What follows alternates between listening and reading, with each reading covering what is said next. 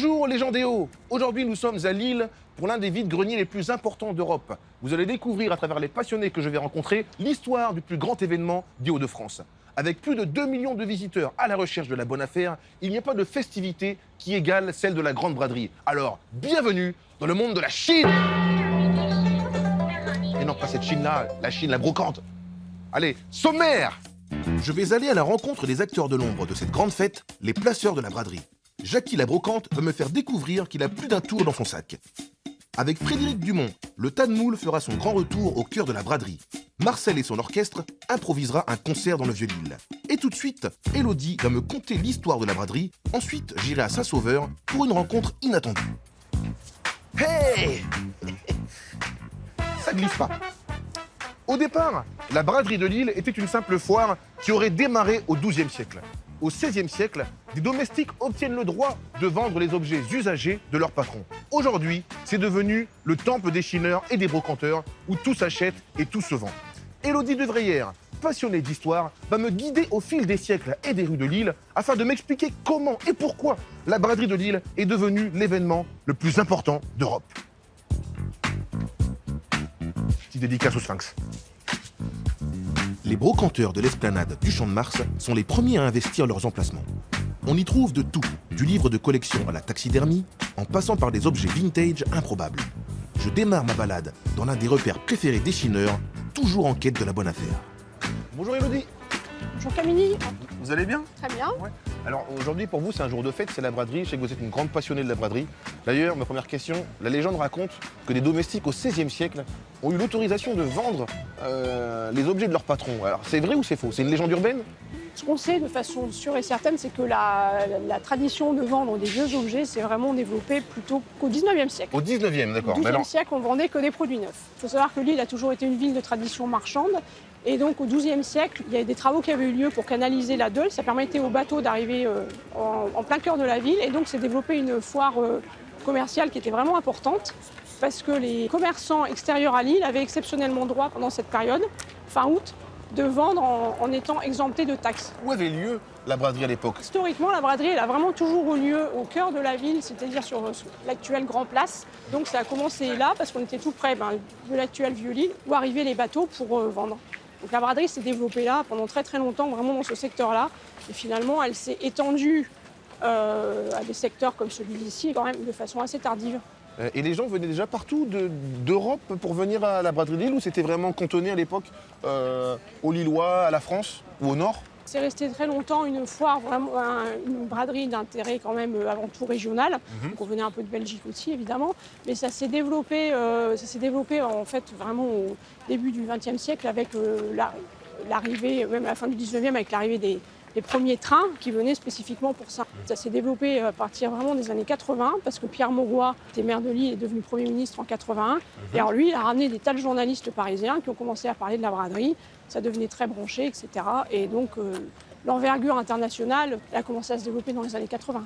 Qu'est-ce qui s'est passé à votre première braderie? J'ai fait la braderie toute petite comme beaucoup de Lillois. Et moi j'accompagnais mon père qui est passionné de livres. Et donc on se baladait avec une lampe de poche et on essayait désespérément, on ne l'a jamais trouvé, de trouver des ouvrages de la Pléiade, c'est-à-dire ces gros ouvrages en papier bible qui valent assez cher. Mon père a toujours espéré trouver à la braderie un ouvrage comme ça à des prix dérisoires. Vous êtes exigeant quand même, hein, vous en demandez beaucoup. Ah bah c'est ça, mais on cherche toujours à la braderie la perle rare.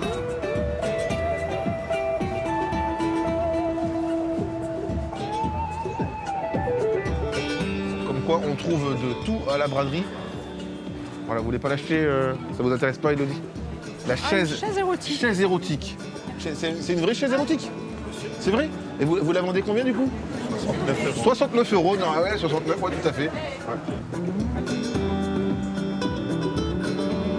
Bonjour, on cherche la gare Saint-Sauveur. Saint-Sauveur, est-ce que j'ai une tête à avoir été sauvé? Bien Élodie, merci. Me voilà à la gare Saint-Sauveur pour la braderie des enfants. Ouais, moi-même, je suis un grand enfant, donc en fait, j'ai ma place ici. Allez, Élodie. Merci beaucoup. Bonne braderie Merci. alors. Merci. Depuis 2017, la gare Saint-Sauveur accueille la braderie des enfants. Nous contrôle vous. C'est bon, vous pouvez rester là. Ok. Je viens y faire un saut de puce, histoire de dégoter la bonne affaire. Ah, il y a vraiment des jouets que j'aurais adoré avoir quand j'étais petit. Voilà. Moi, je suis un très très mauvais nageur. Donc je pense que je vais investir 2 € dans la bouée. On va mettre qu'une jambe. Ah, on peut mettre qu'une jambe dedans? Bah vous, je pense. Ah oui, moi, c'est pour les enfants. Ah oui, c'est vrai que c'est la braderie des enfants en même temps. On trouve de tout ici. En fait, tu vends des choses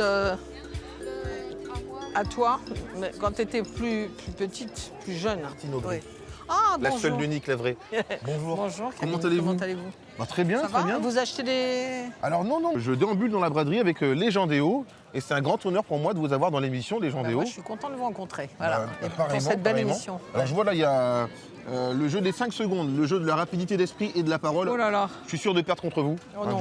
Je vais pas vous affronter. Non, on va pas le faire. Hein. Mais vous cherchez quoi précisément? Vous cherchez quelque chose Moi, j'ai en des commandes. Hein. particulier? J'ai 6 petits-enfants, vous voyez, donc avant la braderie, je reçois quand même quelques mails ou quelques coups de téléphone. Ah d'accord. Alors là, je suis surtout sur les voitures téléguidées, les avions, les combinaisons de ski 8 ans, voilà, et Ah, les donc, livres. c'est vraiment Voilà. une liste Ah non, très mais j'ai une précise, liste quoi. très précise. Très voilà. précise. Genre, il y a 5 ans, on m'a demandé des petits cols en dentelle du 19e siècle pour Ah oui. enfants. J'ai trouvé. Ah vous avez trouvé? Combien de temps de recherche ça a pris pour trouver ce col?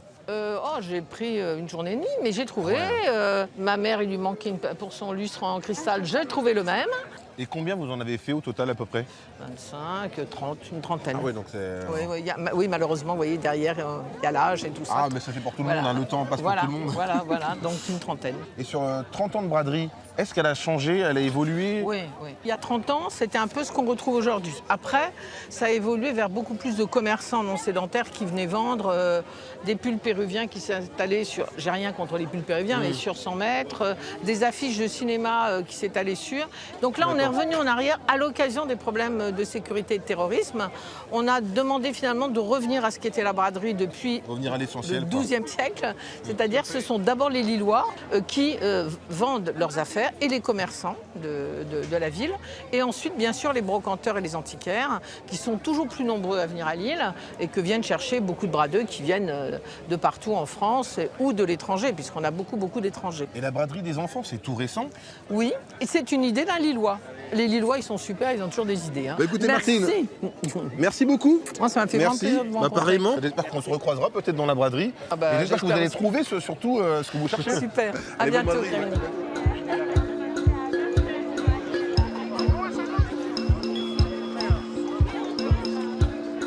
Et je cherche une voiture électrique, une voiture téléguidée électrique pour Madame le maire, pour Martine Aubry. On l'a vu, Martine. Ah, nous a acheté quelque chose. c'est vrai, elle a acheté quoi, Madame le maire? Elle a acheté une combinaison de ski. Ah, donc elle a trouvé la combinaison de ski, bravo! Elle a trouvé la combinaison de ski. Ça fait 1 point pour Martine Aubry, il faut que je trouve aussi des trucs pour moi, ça. Bon, à tout à l'heure, hein, je reviendrai. Hein. La braderie de Lille commence officiellement le samedi matin. Les brocanteurs de l'Esplanade sont les premiers à s'installer 2 jours avant. Enfin, 2 jours avant. Une semaine avant, des fois. Je vous jure, c'est vrai, j'ai vu de mes yeux. Et parce que les places sont chères. Et le mécanisme d'installation est extrêmement bien réglé. Alors, comment se préparent ces installations? Qui guide, place et accompagne les brocanteurs? Rencontre avec les acteurs incontournables d'un tel événement, les placeurs de la braderie de Lille. Bonjour, je suis Floriane Gabriel, directeur général adjoint à la ville de Lille et en charge en ce moment de la braderie. C'est vraiment un boulot de toute l'année. C'est un vaisseau spatial qui ne se pose quasiment pas et qui fait des petits sauts de puce jusqu'à l'amérissage définitif.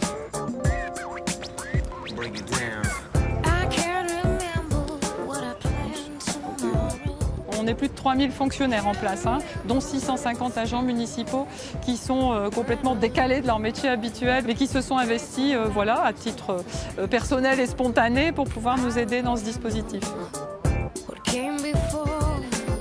Notre rôle, c'est de circuler dans la braderie, voir si tout se passe bien, voir si les gens sont contents et faire des retours. Et on espère toujours positif. Vous avez les douches à la place de la République. Donc vous êtes combien de personnes? 3. Si vous avez besoin de prendre une douche, voilà. C'est que des gens qui ont réservé, puisque c'est le principe de ces nouvelles éditions braderie depuis 2017 et après l'interruption malheureusement en 2007, Saint-Osentin de Nice. C'est vraiment aujourd'hui quelque chose qui est complètement tracé, complètement structuré. Et donc c'est aussi ce sujet qui mène à avoir beaucoup de temps préparatif. J'ai peur de dire depuis combien de temps je suis sur la braderie. Je l'ai faite comme tout bon Lillois parce qu'on fait la braderie quand on est gamin. Après, on y passe du temps en tant qu'étudiant et là, on fait plutôt la fête. Puis on y revient avec ses enfants. Et puis un jour, on a la chance d'avoir un maire de Lille qui vous demande d'y travailler. Depuis mon enfance, je connais la braderie.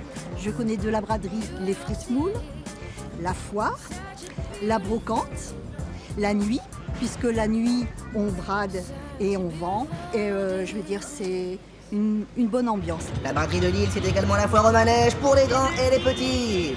De mon côté, je retourne au parc Jean-Baptiste Lebas, considéré par certains comme le noyau historique de la braderie. Des milliers de vendeurs se retrouvent tous les ans à la braderie de Lille. On y trouve des vendeurs amateurs, des professionnels, des antiquaires, des petits boulevards où se situent les brocanteurs, aux grands axes où l'on trouve des objets plus artisanaux. Jackie Marquet, dit Jackie la brocante, vous amène à la découverte de cette caverne d'Ali Baba faite de briques et de broc. Ou de broc et de briques. Ou de bric à brac. Je pourrais continuer longtemps, mais bon. Allez, Jackie.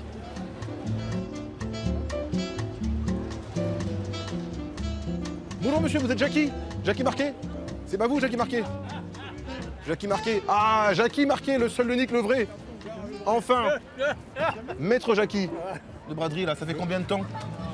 On compte plus. On compte plus? Allez, au hasard, une fourchette au hasard. 40. Allez. 40? Oh, j'allais dire 20 seulement, moi. Ah ouais, donc, ouais, vous êtes un des pionniers de la braderie des années 80. Ah non, avant, je suis né moi là ici. Ah, d'accord. Ah, vous êtes né ici? Voilà, donc ça fait 70 ans que je suis venu sans poussette avec ma mère. Allez, fallait le faire. Ouais. Donc ça commence. Donc déjà en poussette, vous veniez à la braderie. Et tous les gens qui sont là, vous les connaissez? Vous vous connaissez entre vous les? Un bon paquet. Ouais. Bah et du coup on peut aller les voir vos potes là. Allez, on va aller faire un tour là. Marie, je te laisse là, je m'en vais traîner avec eux. Allez, ciao, ciao. Tiens, allez, on va aller voir mon copain Patrick, là. Regarde, tu vois, celui-là, là, le grand, et il se barre, regarde, il sauve. Et il sauve. Ah, Patrick. Mais on a sa femme qui est là. Vous avez une spécialité, quelque chose que vous aimez vendre en Alors, particulier? la spécialité de mon mari, c'est beaucoup les pendules anciennes, les tableaux anciens. Enfin, tout ce qui est vraiment rapport à l'Antiquité à proprement parler. Ensuite, après, on a tout ce qui est des choses diverses anciennes, comme des draps anciens qui plaisent beaucoup. Des affiches, des choses de collection, des pins. En fait, tout se vend à la braderie. On a vraiment des amateurs pour tout.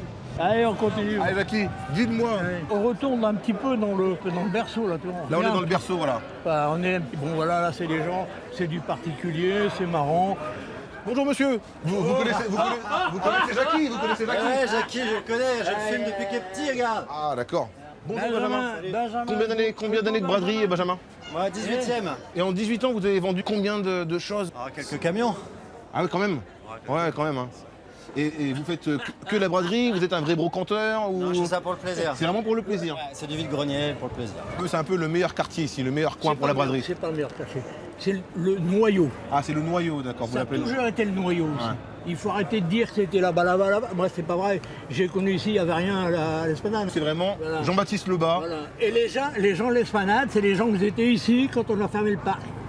Ah, d'accord. Tiens, regarde. C'est Papy? C'est mon arrière-grand-père et tout. Vous voyez pas on reconnaît un peu, hein? Je vais prendre le... Vous le faites à combien, ça, mon grand-père, là? 40 000. Ah, vous me le donnez carrément? Je viens le prendre tout à l'heure. Au revoir, hein. Salut.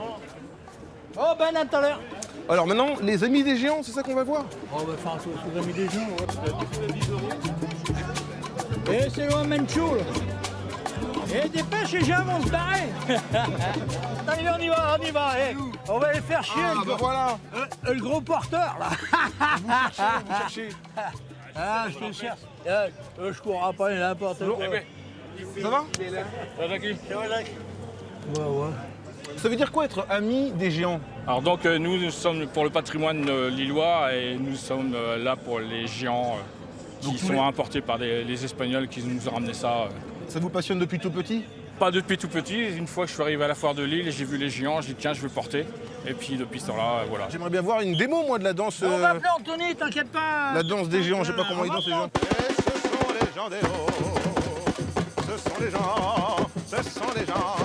Ce sont les gens des hauts. Bravo. Merci. Au revoir, hein. Salut.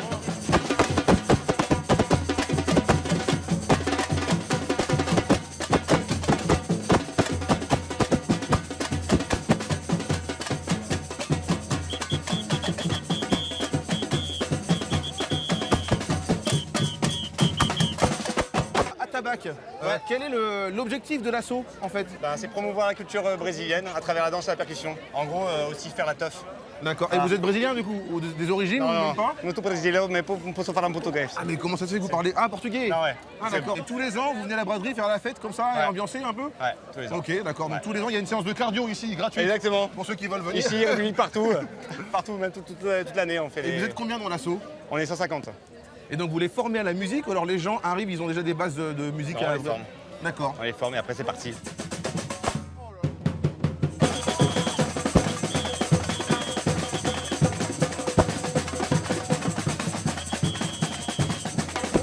Elle est bien réelle, la solidarité entre les exposants, qui pour certains se retrouvent ici tous les ans. Pour les Vendéos. Hospitalité, solidarité, convivialité, c'est ça la braderie de Lille. Vous avez pas mal de fringues. Voilà. Moi je vous propose de faire un défi défilé. Un défi défilé. On va d'abord coiffer. Ah non, Non, mais parce que ça c'est vintage. Oh là là, ça c'est la braderie. Oui, voilà, d'accord. On va l'essayer vers le bas. Allez, on va essayer la robe. Voilà. Alors c'est comment votre prénom? Nathalie. Nathalie. Oh là là, il a grossi, hein. Malheureusement, Nathalie, je crois que je ne rentre pas dans la robe. On va faire ça en jupe. Ah, en jupe, d'accord, c'est bien. C'est la mode avant-gardiste de la braderie, voilà. Maintenant, il faut savoir marcher droit, hein. C'est bon. Il est même pas ridicule. Je garde les fringues, hein. Au revoir. Me voilà place Riour, où le Tanmoul fait son comeback. Alors rencontre avec les acteurs d'une tradition symbolique qui fête son retour à la braderie de Lille. Il faut que tu appuies sur le truc. Elle a pris une photo du caméraman. Jérôme, t'es dans l'objectif. Alors, la braderie de Lille, c'est une tradition faite de moules marinières, de frites, mais aussi de bière du Nord. Autrement dit, elle baigneuse. Des tonnes de moules sont servies durant le week-end et font le bonheur des bradeux. Une fois consommées, j'aime pas la photo, attends, tourne. Les coquilles vides forment un tas de moules qui peut atteindre plusieurs mètres de haut. Allez, photo. Je m'appelle Frédéric Dumont, je suis à la chicorée depuis 28 ans. C'est donc ma 28e braderie. La première braderie, le chef de l'époque me dit « tu vas couper du jambon ». Je sors comme on travaille d'habitude 2 jambons. Il dit « non, pas 2, tu vas couper 15 jambons ». Ouais. Après, il me dit « demain, on reçoit les moules ». Oui, on va recevoir les moules, c'est votre première. Vous attendez à quoi? 100, 200, 300 kilos? Non, c'est en tonnes. On parle en tonnes, on parle en 5000 kilos, 4000, 5000 kilos. À la fin de la braderie, le dimanche soir, tout le monde vous attrapait et vous jetez dans le tas de moules. C'est-à-dire chaque personne dont c'était la première braderie finissait dans le tas de moules.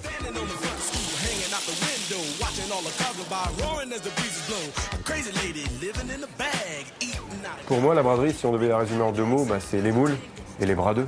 C'est ce qui fait la braderie. En plus, cette année, les moules vont être recyclés en carrelage, ce qui est encore mieux. Et j'espère qu'on fera vraiment beaucoup de moules comme avant. Bonjour la famille. Bonjour. Alors les moules marinières de la braderie, elles sont bonnes ou pas? Elles sont excellentes. C'est vraiment C'est la 3e fois dans le week-end que vous mangez des moules marinières. Ouais. C'est vrai. Et l'estomac supporte tout ça? Eh ben c'est les meilleurs alors. Avec un peu de bière. Bah ouais, la bière du Nord, le binous comme je disais tout à l'heure. Bah écoutez, bon appétit, mangez bien, faites-vous plaisir. Bonne braderie. Georges Clooney, enchanté, bonjour. Espérance. Bonjour Espérance, comment allez-vous? Bonjour, très bien. Alors, comment je dois vous nommer? Sorcier, alchimiste, chimiste, biochimiste? Dirigeant d'Enici, de la société. Mais comment elle est venue cette idée de transformer les coquilles en carrelage? Et surtout, est-ce que c'est un procédé courant ou c'est vous qui l'avez inventé? Alors on l'a inventé, on a adapté un process pour pouvoir le faire. Et en fait, c'est toute l'histoire d'Enici, c'est de pouvoir raconter des histoires au travers de la matière. Quand on utilise de la brique recyclée, on raconte l'histoire des Hauts-de-France. Et quand on utilise la coquille de moule, on est plus spécifique à la braderie de Lille.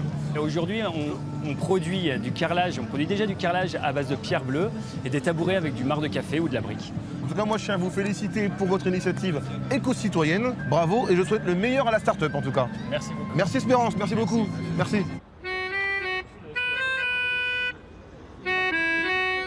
Non, attends, coupe la vidéo.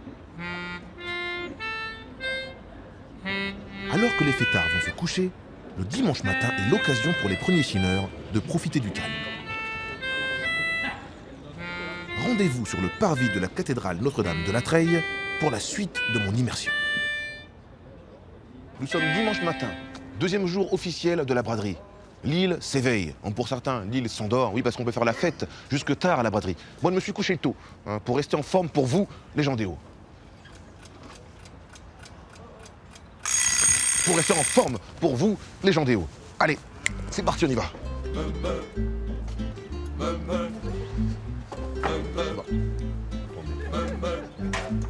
C'est moi ça, tu sais qu'il y a un c'est vous qui l'avez fabriqué ou quoi? Vous trouvez pas qu'il y a un air de ressemblance quand même? Donc juste le petit bandeau comme ça et puis voilà, on est parfait. Merci beaucoup.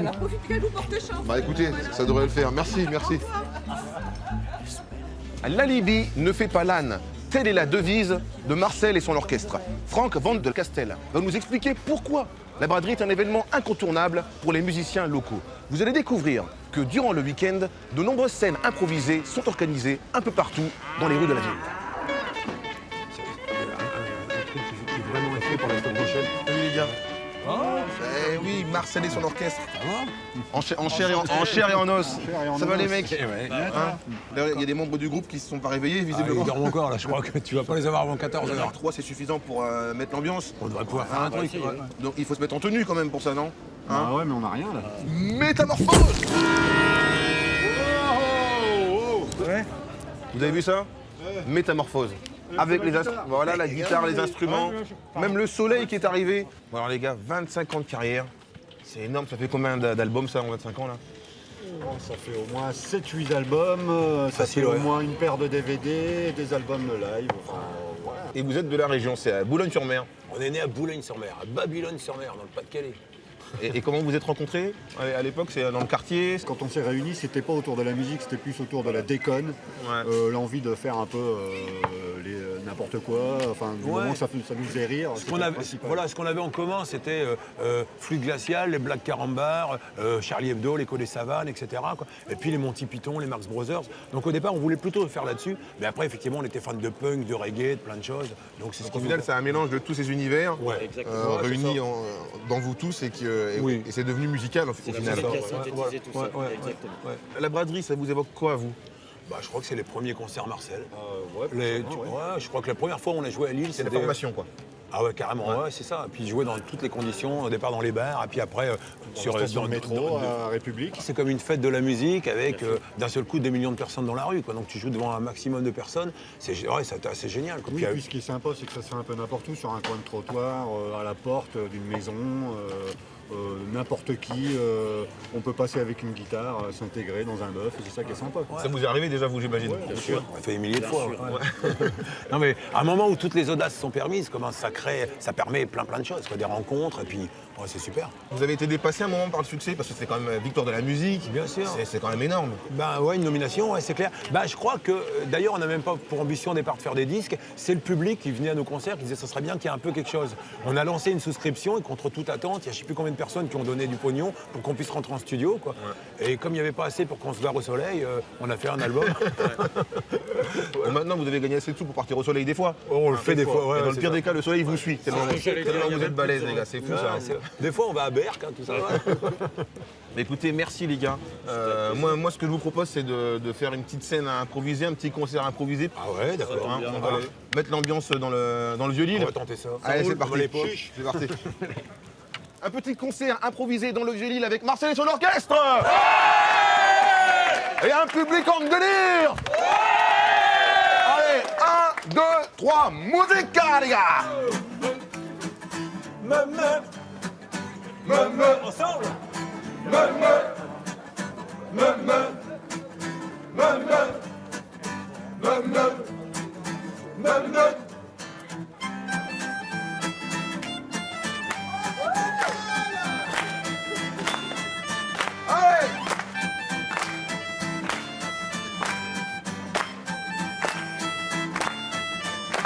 Les vaches dans les prés, il faut les voir de loin.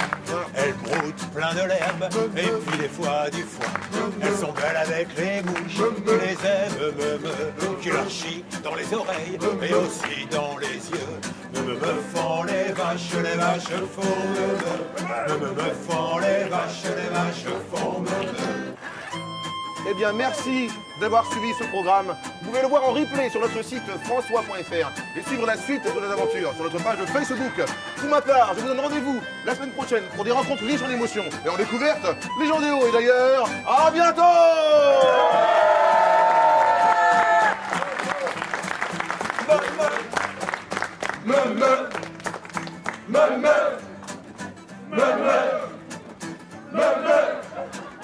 Ne traite pas les mouches, car elles n'ont pas de lait.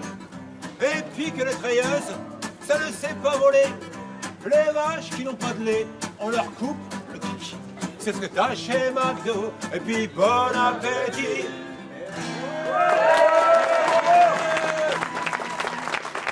Merci les Jodéo. Merci Marcel et son orchestre.